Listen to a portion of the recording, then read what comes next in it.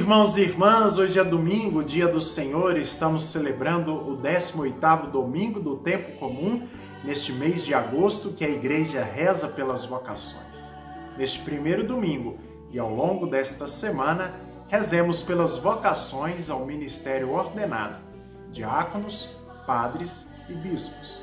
Na impossibilidade de ir à missa devido à pandemia, celebre este dia em sua casa, com sua família.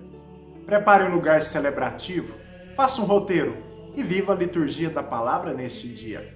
Pegue sua Bíblia, leia, reze, medite, contemple e viva o Evangelho de hoje, que é Mateus capítulo 14, versículos de 13 a 21. Iniciemos nosso Luz do Senhor. Em nome do Pai, do Filho e do Espírito Santo. Amém. Que a graça de nosso Senhor Jesus Cristo, o amor do Pai e a comunhão do Espírito Santo estejam com você neste dia. Acompanhemos a leitura do Evangelho de hoje. Naquele tempo, quando soube da morte de João Batista, Jesus partiu e foi de barco para um lugar deserto e afastado. Mas quando as multidões souberam disso, saíram das cidades e o seguiram a pé. Ao sair do barco, Jesus viu uma grande multidão. Encheu-se de compaixão por eles e curou os que estavam doentes. Ao entardecer, os discípulos aproximaram-se de Jesus e disseram: Este lugar é deserto e a hora já está adiantada. Despede as multidões para que possam ir aos povoados comprar comida. Jesus, porém, lhes disse: Eles não precisam ir embora. Dai-lhes vós mesmos de comer. Os discípulos responderam: Só temos aqui 5 pães e 2 peixes. Jesus disse: Trazei-os aqui. Jesus mandou que as multidões se sentassem na grama. Então pegou 5 pães e os 2 peixes, ergueu os olhos para o céu e pronunciou a bênção. Em seguida partiu os pães e os deu aos discípulos. Os discípulos os distribuíram às multidões. Todos comeram e ficaram satisfeitos, e dos pedaços que sobraram, recolheram ainda 12 cestos cheios. E os que haviam comido eram mais ou menos 5.000 homens, sem contar mulheres e crianças. Palavra da salvação. O que o texto diz? Após o martírio de seu primo João Batista, Jesus parte de barco para um lugar deserto e afastado com seus discípulos. A multidão, porém, o seguiu. Jesus, vendo tantos rostos, encheu-se de compaixão e curou os que estavam doentes. Ao entardecer, os discípulos propõem que Jesus dispensasse todos que ali estavam para que pudessem saciar sua fome, buscando alimento nas cidades vizinhas. A solução dos discípulos não expressa o reinado de Deus.